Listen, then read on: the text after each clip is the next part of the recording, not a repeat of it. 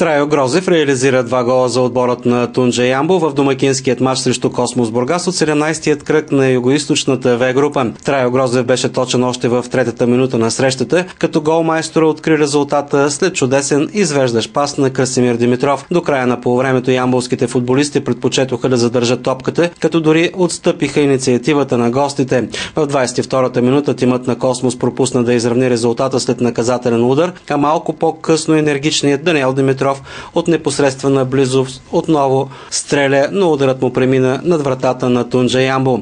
В минутите преди почивката домакините също направиха 2 пропуска след удари на Босилков и Владо Григоров.